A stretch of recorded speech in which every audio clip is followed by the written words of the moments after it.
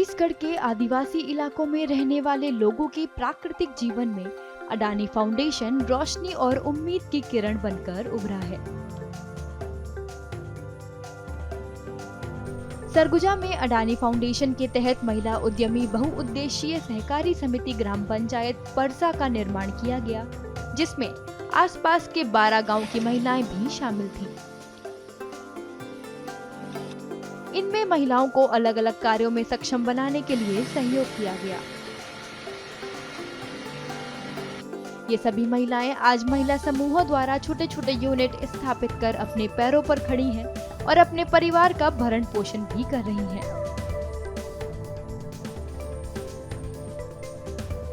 महिला स्व सहायता समूह द्वारा संचालित इन केंद्रों में महिलाओं के लिए सैनिटरी प्रोडक्ट्स, फसलों के लिए वर्मी कंपोस्ट, डेयरी प्रोडक्ट्स और मसाले आदि बनाए जाते हैं।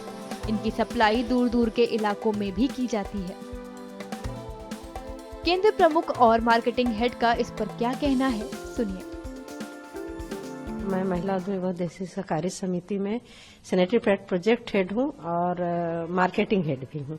तो हम लोगों ने जो समिति के थ्रू यहाँ पे सैनिटरी पैड प्रोजेक्ट डाला है, तो जो पैड का उत्पादन हम लोग यहाँ पे कर रहे हैं, तो हम यहाँ पे जो हमारे गांव क्षेत्र है लोकल सरगुजा डिस्ट्रिक्ट का, तो ये बहुत पिछड़ा इलाका है। यहाँ पे पहले पैड का उपयोग बहुत कम होता था और कपड़े का ज्यादा इस्तेमाल करते थे।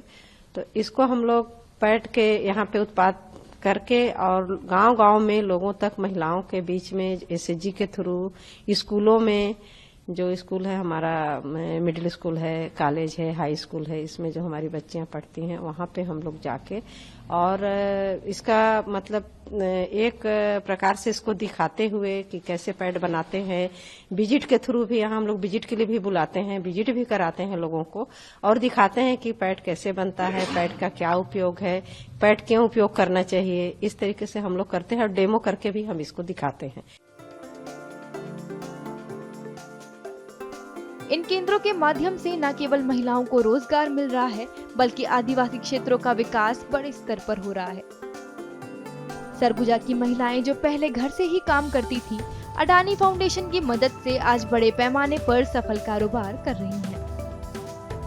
हम लोग का जैसे परसा में मसाला है और दीदी की रसोई है, डेयरी है, जैविक है और नेपियर घास है और खेती उपवन भी एक हम लोग बनाए हैं, उसमें साग भाजी खेती करते हैं।